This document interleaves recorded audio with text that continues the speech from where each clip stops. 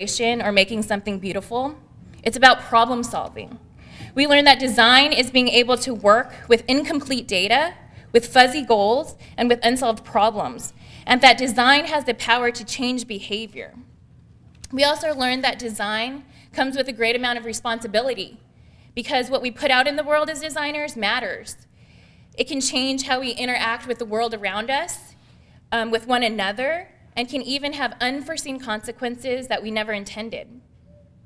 But it's also during this quarter that it became pretty clear to us that today the problems worth solving, the wicked problems of the world, are complex and can never be solved by a single individual. It takes a team. And so in our various project teams, capstone and otherwise, we experienced our first disagreements and our first breakthroughs. For some, first of many all-nighters, and for others, first design competitions and first hackathons.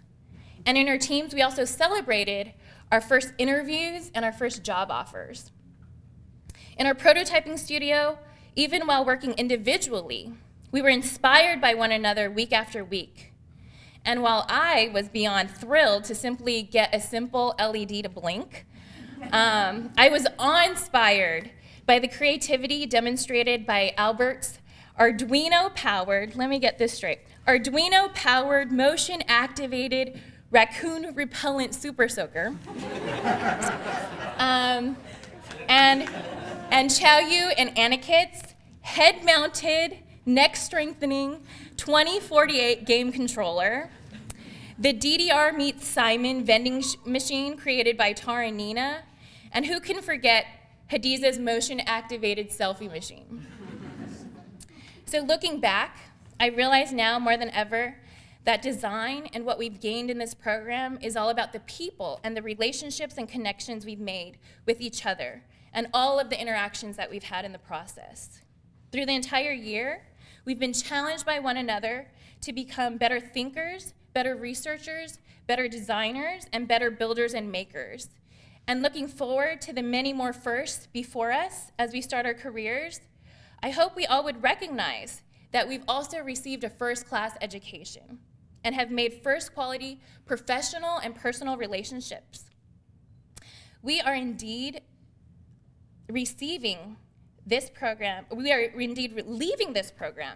as first-class designers, researchers, and builders.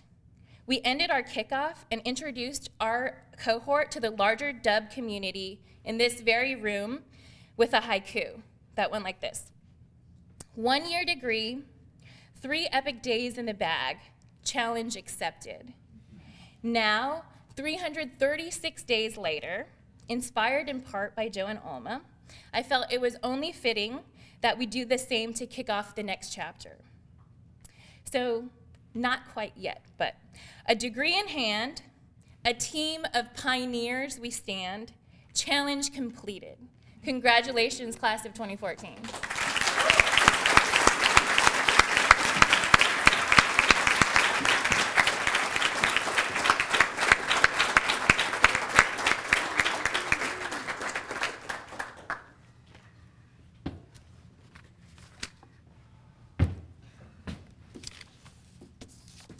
I'm inspired. Is it too late to apply for next year's class?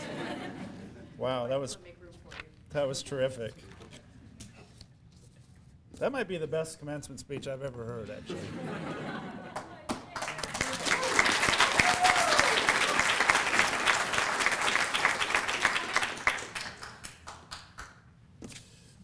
Thank you very much. So I have the pleasure of introducing our commencement speaker, Professor Judy Ramey, who is hiding out in the audience, but I tried to get her to sit up front with us, but Professor Ramey has recently retired and insists she's no longer officially part of the faculty, so now she's in the crowd. That maybe says more about her than I could say in my notes, but Professor Ramey was a co-founder of this very degree, and also a founder of the larger campus DUB group, which stands for Design, Use, Build. And you can see in those 3 words very much the themes that you've heard already today. The DUB group is the cross-campus initiative that brings together students, faculty, and members of local industry, Microsoft, Intel, and others, who are all interested in the problems that HCI and design confront, and brings them together in meaningful collaborations and relationships, both professional and personal. And it's widely regarded, I'm happy to say on record, as one of the top 3 centers of HCI in the world. And that is a reputation that these students now share and helped author. And so they're participants in that reputation, but also contributors to that reputation. So it's no small compliment for Professor Ramey that we affectionately refer to her as Mama Dub. Professor Ramey is a recognized expert in usability, usability assessment methods, user research, and technical communication. She earned her PhD from the University of Texas at Austin in 1983. That same year, she started at UW, and she began work in the Department of Technical Communication, which is now called the Department of Human-Centered Design and Engineering. In all, she worked for the department for 31 years. That's a long time.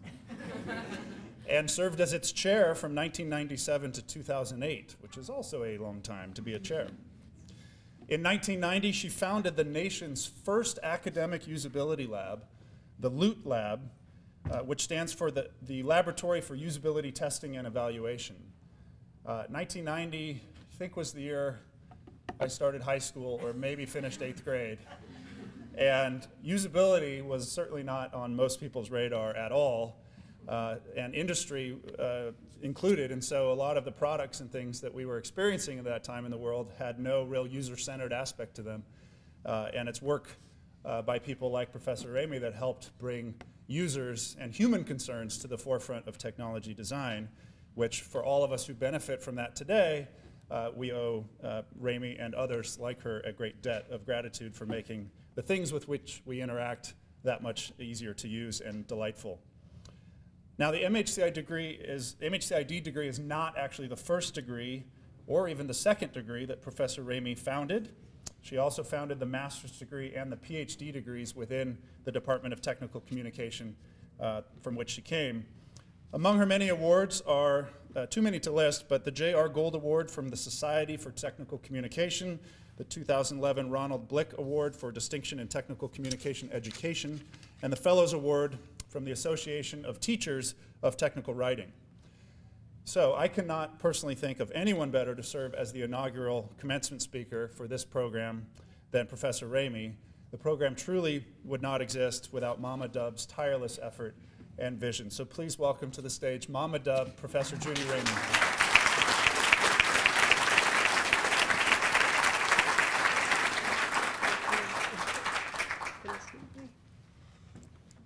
I'm tired. Thank you. Thank you, Jake. One of the things I wanted to comment on as I begin was why on earth did we do it? Why did we create this program? And Jake has mentioned that with my colleague James Landay, who is in computer science here, we started working on first the DUB Alliance, which was really broadly cross-campus and brought together some of the most exciting people doing work related to people in technology. And it was very exciting to be part of that group and to build that up. Why wasn't that enough? We had 4 departments that were within their own curricula developing the idea of HCI and design. We had the design division in art. We had my department, human-centered design and engineering. We had computer science and engineering. And we had the information school. And we were all, I think, working toward the same essential vision of creating a world in which technology was based on a very deep understanding of the people involved, a very good understanding of the technological potential that we could work with, and a very good understanding of the power of design. And we have elements of that in the programs that came together for this. But I think the real pioneering effort here was to say, we want to develop an intensive program, totally immersive, out of which will come people's sensitive makers, people who can bring together those three threads of design, use, build, and do something about it. And so that was the vision and that was the goal. Now, I remember I finished my term as chair in 2008 and went on sabbatical. And I remember sitting in student housing, going to Spanish school in Madrid, sitting in student housing, working on my computer to write one of the several grants that we tried to write to get this program launched. And we came so close so many times, but it wasn't happening. So finally we, I think, made a key decision to abandon that pathway and see this as professional education and take up with the professional and continuing education group here at the University of Washington. Now, that was 6 years of effort. And so today when I was looking through the booklet at the descriptions of these incredible students, and I encourage you to do the same because we have brought together just the kinds of people that we wanted to and that we think the future requires. I want to just exploit this whole age thing, which by the way is very annoying. But what I'd like to do is to give you an understanding a little bit of how far we've come. So I want to roll it back, roll it way back. So let's think about the evolution of this field. No cloud, no Internet of Things, no internet, okay? No smartphones, no cell phones. Usually there'd be, in a house, there'd be one landline situated for maximal damage to your social life. In my household, it was in the kitchen. So you'd be sitting there trying to chat with your boyfriend, and your brother's 2 feet away making loud gagging noises. So just keep that in mind as you pull out your phone, take a photo of each other, email it to a friend. Yes, so no VCRs, no cable. My first contact with computers was in 1997 as an editor at a small publishing company, 1977, as an editor at a small publishing house in Oregon that published a couple of books about programming in BASIC for a Trash 80, TRS-80. In 1980, I went to work for Texas Instruments and landed right in the middle of the development of TI's knockoff of the IBM PC. Very turbulent times. The shattering new idea was that ordinary people might use this PC. And more radically, maybe we should design it with them in mind. Now, the way we started to do that was we essentially created the user interface by means of the user guide, right? We took bundles of features and turned them into tasks with a sequence and with an audience, a person who might actually do that task. So that was my first foray into user interface design, which was horrible, which was miserable because the underlying system didn't actually work that way. So it became apparent to me that maybe it would be helpful if the designers had actually met a user. You know, it's an idea. And so we started off doing that, and I can assure you that there is enormous job security in that particular line of work, because it is extremely hard for people to think both from a technological point of view and from a human point of view in design. We didn't make things. In my career, I did research to help other people make things. Okay. Now, back then, the computer did not play a central role in people's lives. It was a work tool. It was something that you encountered in your business life. Now, about that time, we were really trying to figure out how you could broaden the base of the use of computers. And there were people who were quitting their jobs because they were so offended by this. My mother is going to use a computer. You know, I got a degree in electrical engineering, and I'm supposed to be designing for kids. So this is very turbulent. So I responded to that turbulence by leaving TI and taking a job here after finishing my degree and starting to work this problem. Now, thinking back from when I started at that publishing company to when I finished my degree and came here, it was only 34 years ago. Now, longer than many of you have been alive, granted, but nevertheless, hardly ancient history. And we have gone from that state of affairs to this state of affairs where we have in front of us students who've spent a year of their lives learning how to integrate those concerns so that we can move forward. With each step of new technological innovations, we've opened up a whole new landscape of things that we can do for people. We've undergone perhaps the most rapid and radical technological transformation of the world since human beings came up with the idea of planting seeds. I really believe that we have fundamentally altered the way people conduct their lives in the same way that agriculture fundamentally altered the way people conduct their lives. And in that process, over those 34 years, we've learned that to really harness the unbelievable power that's available to us, we need people like you. So I want to talk a little bit about what I see in front of me today and what I saw last Wednesday in the capstone presentation. And some of these ideas you have heard just moments before because I think they really are key to the success of this program. Who you are. You're bold thinkers. You're risk takers. You're can-do builders on the leading edge of HCI and design who care about helping people, but even better, who can do something about it. You have the essential skills to do something about it. At the same time, however much of a journey this was, you are teammates.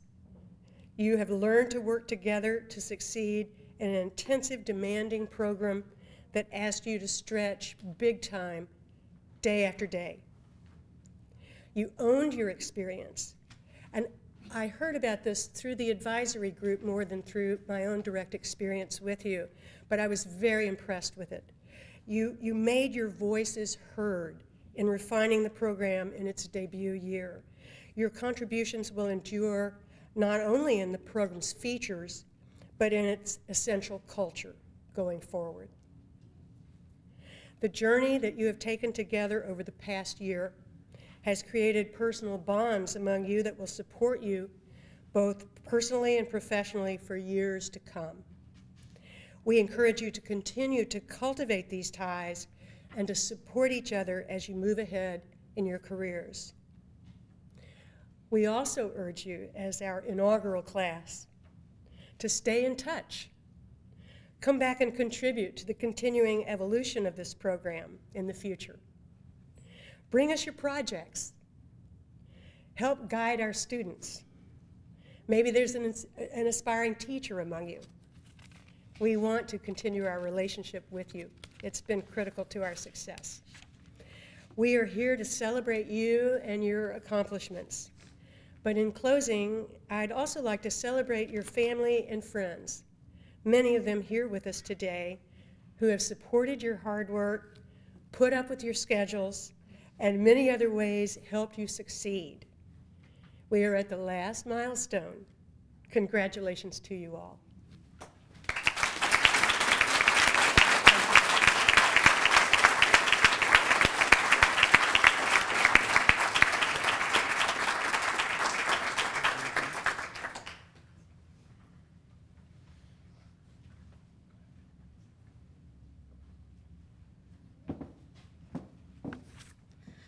Thank you, Judy. That was excellent. And thank you, Carolyn. It was fantastic. We're about to start the rest of the ceremony, but I wanted to make a few personal remarks to the cohort. I won't speak for long. They've heard me lecture many, many times. Judy, you did a great job of describing who they are in terms of their accomplishments academically and technically. I wanted to just speak personally for a moment, very brief, so I maintain composure, about who you are as people and how you participated and inhabited this year. And that what I see in you all are the markers for continued personal and professional success in life. So it was almost a year ago in this very location where many of you showed up early, eager to introduce yourselves and get busy and help out. That was indication of what a fantastic journey we had ahead of us. And as Carolyn mentioned, I knew what we were in for when you introduced yourself to a very robust academic research community with a haiku. As Carolyn shared with you, this is going to go in a frame on my wall. But just to speak a little bit about what I experienced personally is the nature of your contribution this year. It's been my privilege to get to know each and every one of you and to teach you and to learn from you. You've proven to be a delightful, creative, resourceful, considerate, hardworking, and supportive community.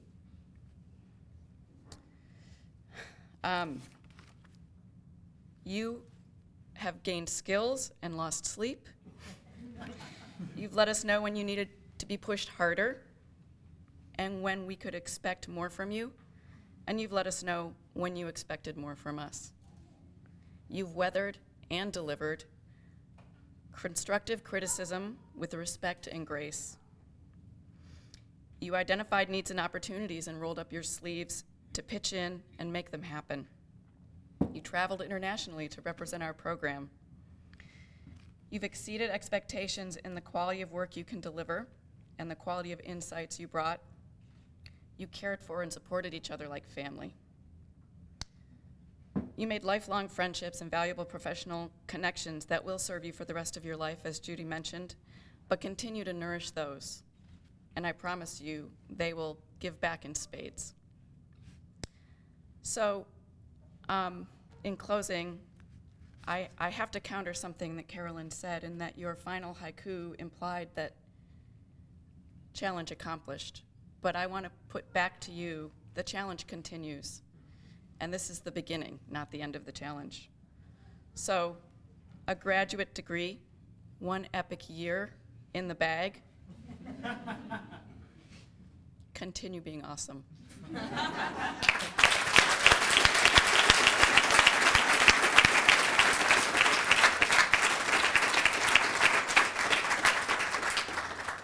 So we will begin the conferring of the hoods. We'll be calling up students individually, and family and friends are welcome to take pictures.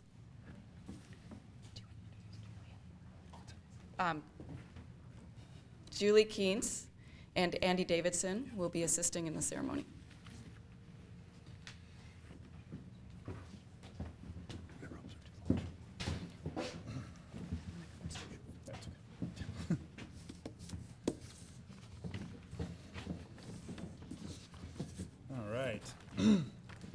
Well, let's get down to business. Why we came here in the first place, right?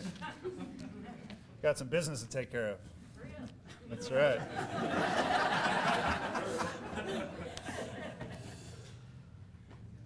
Is there music or anything during this?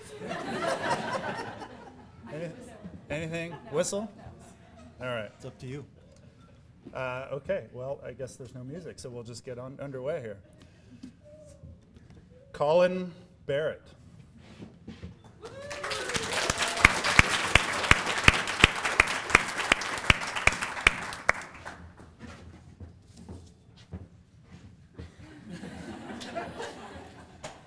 The hooding will improve as time goes on.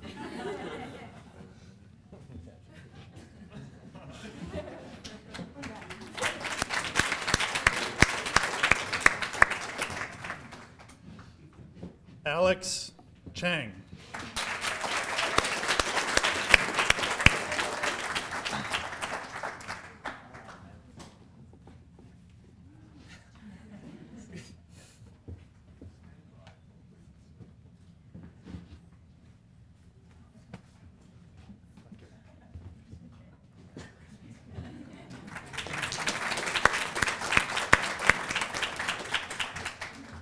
Alma Amadi.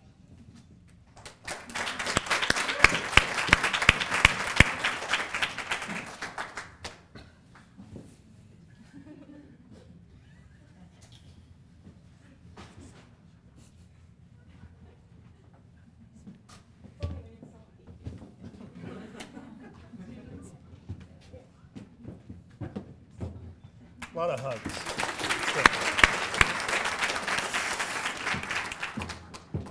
Mushin Fang.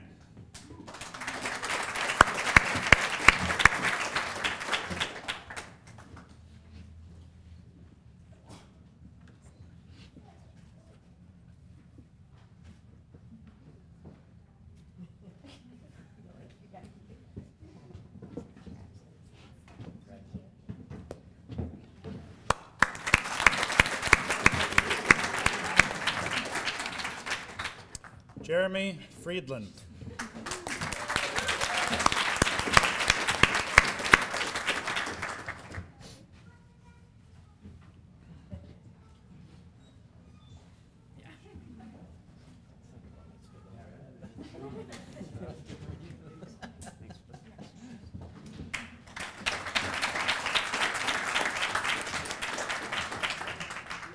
Anna Marie Golden.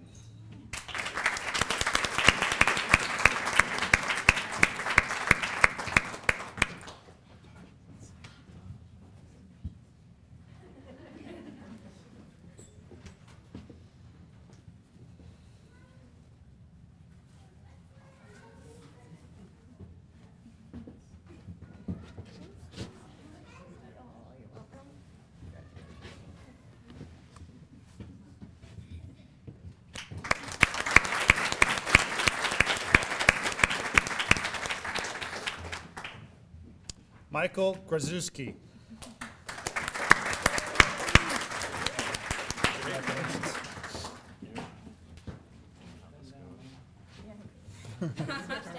Face the crowd.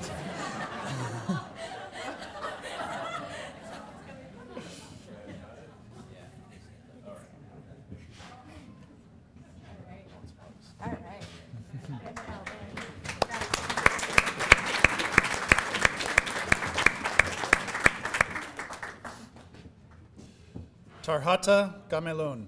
Oh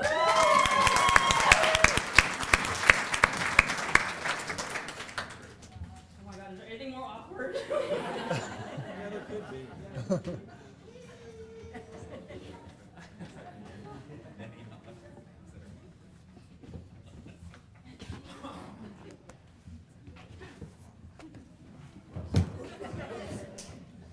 That was more awkward.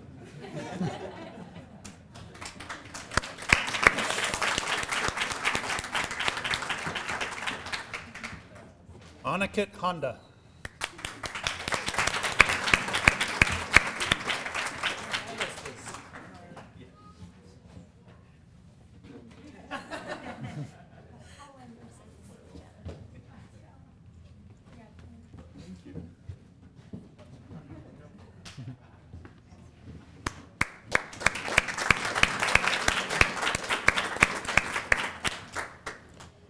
Gwyneth Hardiman.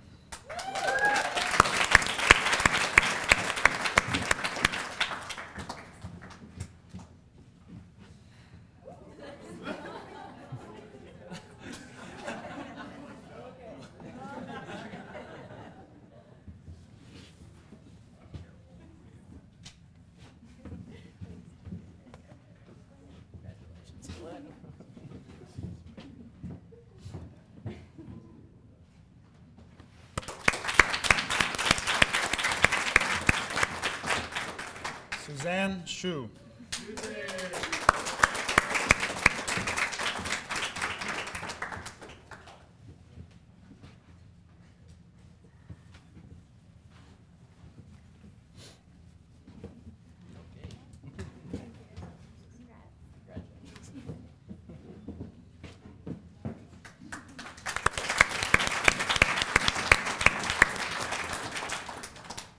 Hadiza Ismaila.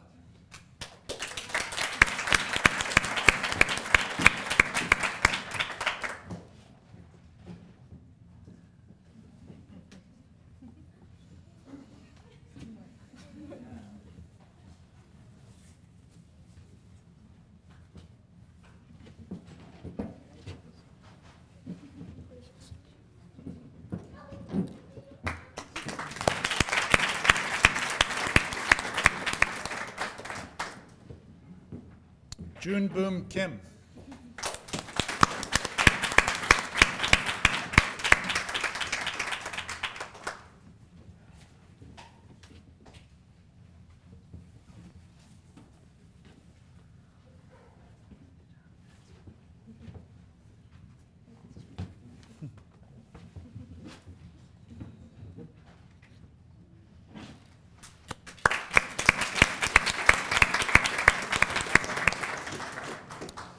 Quick observation, you can judge the quality of a master's degree by how many hugs happen at commencement. That means I have to hug my boss.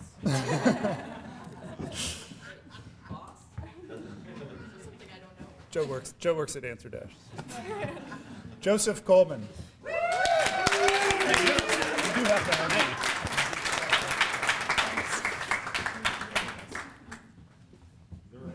Is there a regalia experience designer in the house? Might be needed. It might have been 100 years ago. Well, Congrats, Joe.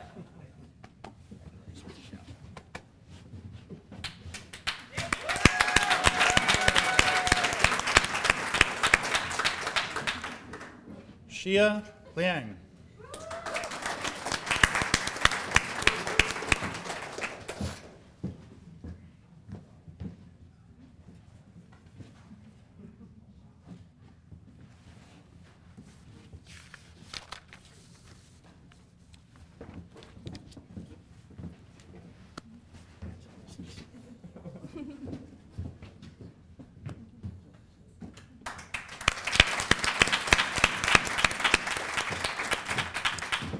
Albert Liu.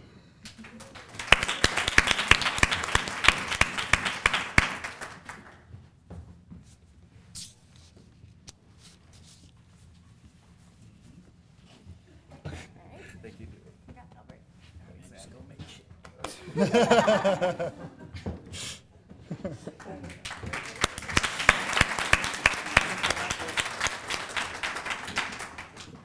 Irene Ma.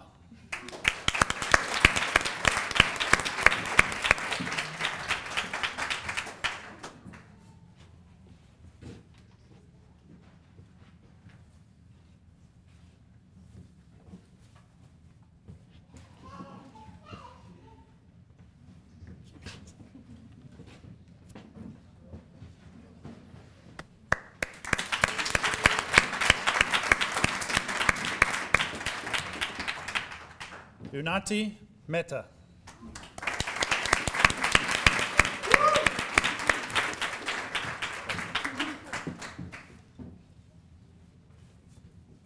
Face the crowd.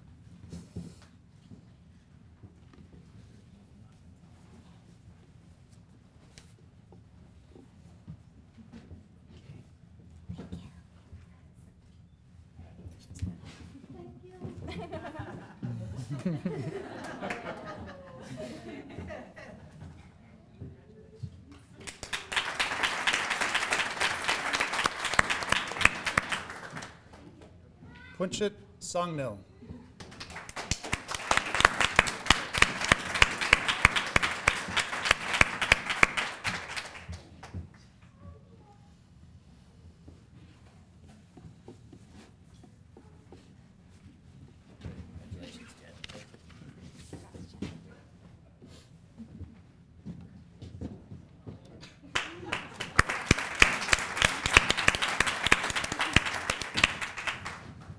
Carolyn Scoville.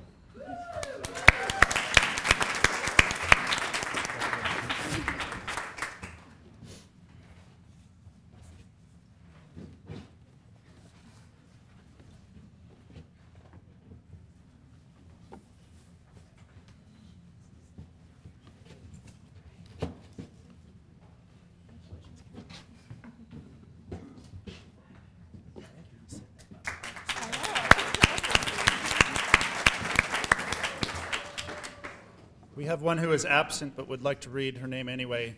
Nina Shariari.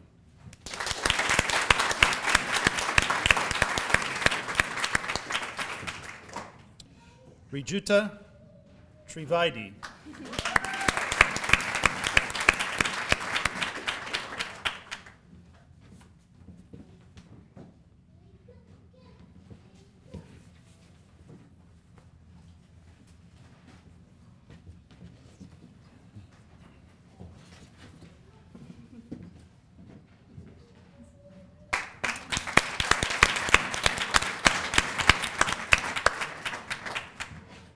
Chaoyu Yang. Oh.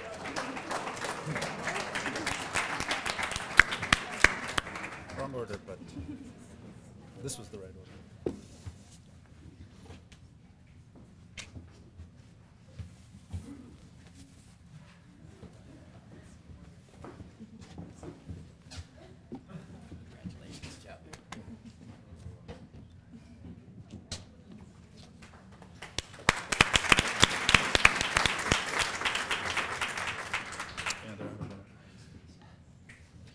David Qianzhu Yang.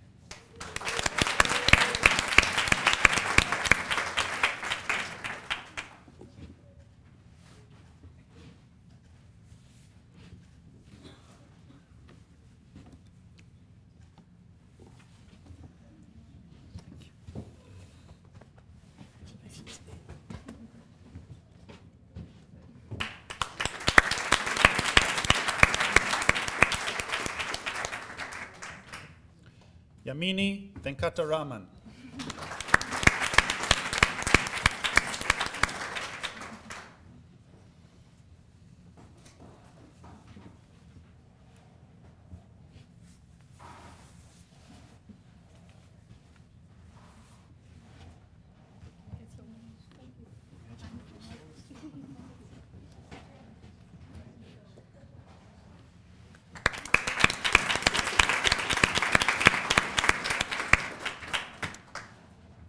Nina Zhujiana Wee.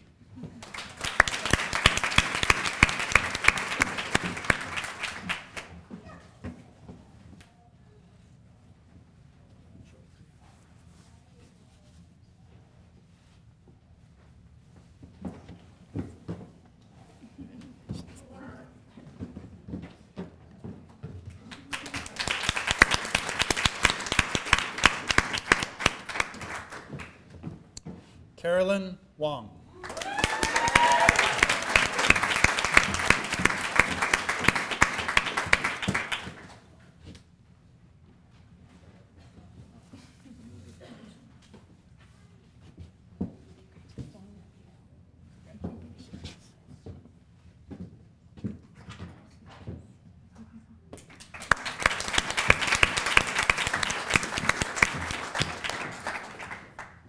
Chen Hung Wu.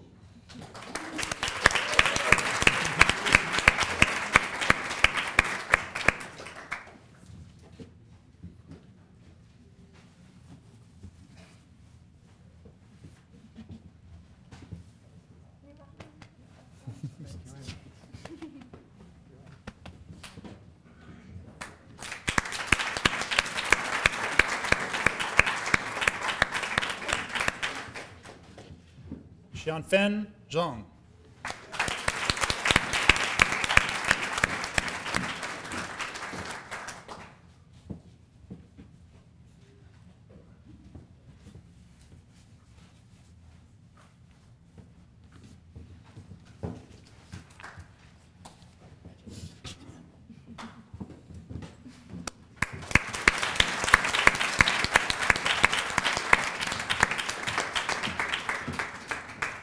Final round of applause for all the graduates of 2014.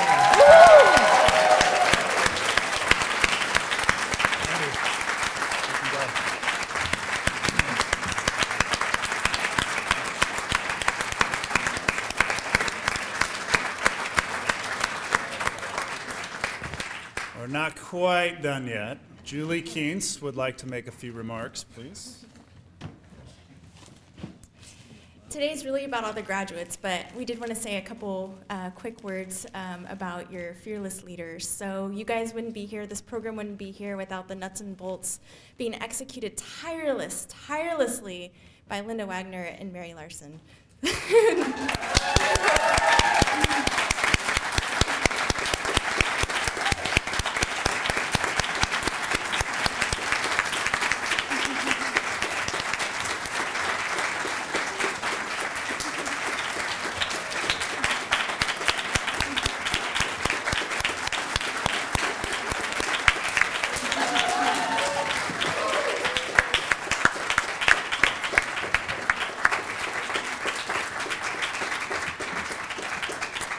that being said, I think it's time to go celebrate. Good work, everyone. Woo!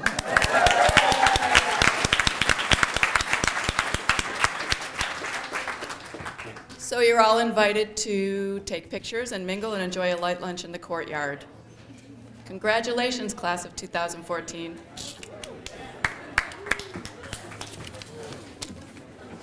All right. There it went. Thanks.